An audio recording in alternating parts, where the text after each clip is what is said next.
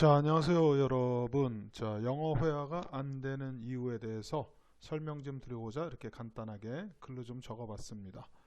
지금 한 20년 전서부터 학생들이 학교에서 문법만 배우기 때문에 영어 회화가 안 된다. 이런 식으로 이제 말이 많이 나왔습니다. 그래서 학교에서 이제 듣기, 청취 문제도 나오고 그 다음에 이제 서술형 문제도 나오는데, 사실 서술형 문제는 영작하고는 거의 상관이 없고요. 국어 문제식으로 나오고 아니면은 빈칸 써놓기 정도? 그 정도인데, 그 정도로 해갖고 영어 회화가 되질 않습니다. 이게 영어 회화를 학생들에게 가르치려면요, 영어 회화를 할 줄 아는 사람이 가르쳐야 됩니다. 그렇지 않고 영어 회화가 안 되는 사람이 영어 회화를 가르칠 수 있나요? 말을 못하는데 어떻게 말을 가르칠 수 있나요? 그죠? 논리가 그렇지 않습니까? 그래서 일단은, 그러면 이제 영어 회화가 이제 만약에 자기가 가르치는 사람이 안 된다 그러면 연구를 해서 어떻게 학생들이 영어 회화를 할 수 있게끔 가르칠 수 있나 하면서 본인도 공부 좀 하고 또 아이들에게 그런 방식을 이제 만들어서 가르치면 되는데, 그런 게 없죠. 있을 수가 없죠. 왜냐하면 그렇게 안 해도 그냥 학생들을 가르칠 위치에 서 있을 수 있으니까요. 그죠? 자, 그럼 이제 영어 회화가 안 되는 이유, 가장 큰 이유서부터 한번 짚어보겠습니다. 자, 우리는 다른 사람이 써놓은 문장만 갖고 영어를 배웁니다. 학교에서 보면 칠판에다, 요새는 이제 전자기기가 많이 필요로 해서 많이 이제 갖춰져서 전자기를 통해서 이제 그렇게 나오죠. 선생님이 일일이 쓰는 것보다도.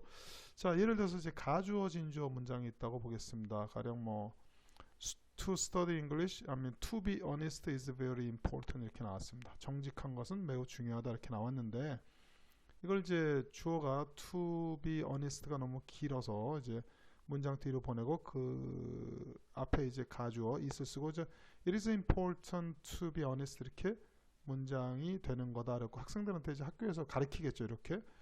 그러면은 그 다음에 이제 학교에서는 어떻게 하냐면 이 진주어 가주 문장을요, 독해를 위해서 이제 가리킵니다. 독해를.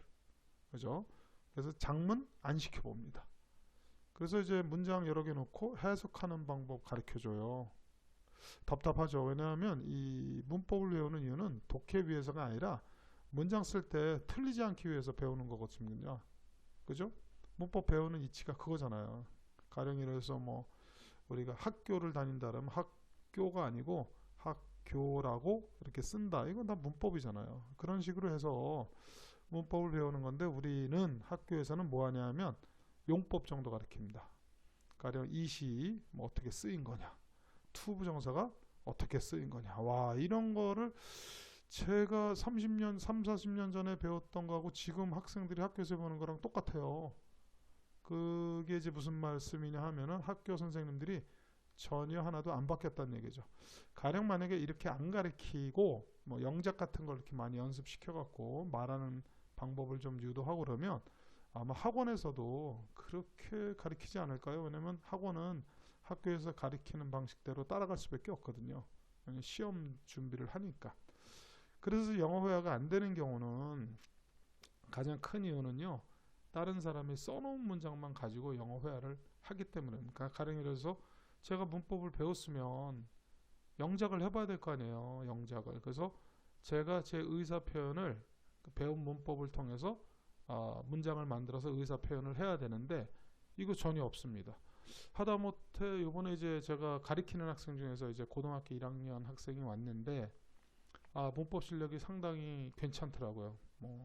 학교에서 학원에서나 이제 공부를 열심히 하는 학생이 돼서 그런데, 제가 한번 영작을 시켜봤는데 이 아이가 첫 마디가 이겁니다. 어우, 굉장히 생소하네요. 그러니까 이제 문법을 몇 년을 배웠는데 이 학생도 학교에서나 학원에서나 영작을 한 번도 안 해봤다는 거예요. 정말 놀랍지 않습니까? 아니, 문법을 배우는 이유가 뭡니까 도대체? 영작하려고 배우는 거 아니에요. 그래서 저는 이제 학생들에게 문법을 가리키면 반드시 영작을, 가령 진주어 가지고 예를 들었지만 보통 15문제 정도 써보도록 시킵니다. 써보고 말로도 좀 해보게끔 시켜보고, 그리고 발음이 좀 안 좋으면 발음까지도 좀 교정을 좀 해주고, 그런 식으로 수업 진행을 합니다.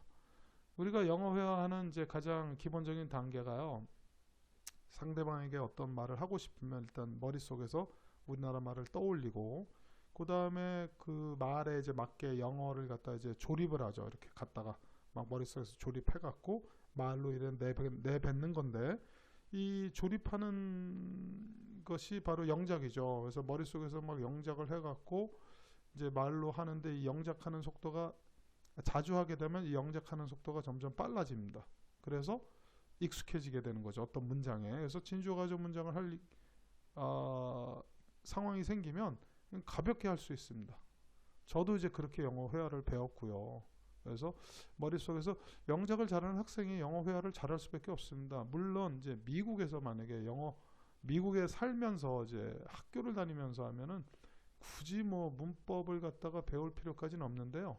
여기 한국에서 살면서 영어 회화를 하려면 기본적인 문법은 알고 있어야 됩니다. 아니, 예를 들어서 뭐 주격 관계대명사, 목적격 관계대명사 하는데 관계대명사 문장 모르고서는 내가 어저께 만난 사람은 나의 선생님이었다, 이런 문장 쓸 수 있나요? 못 씁니다. 이런 거 영작할 수 있어야지 쓰죠. 그래서 반드시 문법을 배우면 영작을 할 수 있도록 학생들을 지도해야 합니다. 그게 가장 기본적인 학습 방법입니다.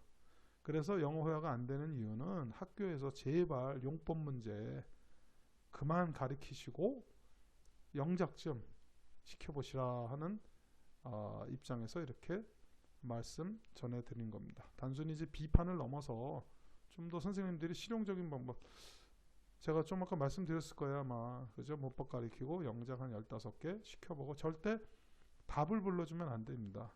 학생들에게 서로 맞춰보라고 하고, 잘 못하는 학생들이 있으면 손들라고 해서 가서 직접 왜 이 학생이 못 쓰고 있나를 한번 살펴본 다음에 다시 한번, 잘 이해를 못했으면 다시 한번 가르쳐주는 그런 방법을 통해서 학생이 많아서 못한다고요? 그거는 전혀 이유가 될 수가 없습니다. 저도 한 번에 20명씩 놓고 애들 가르치면서 다 이런 방법으로 영작시켜보고 그랬습니다.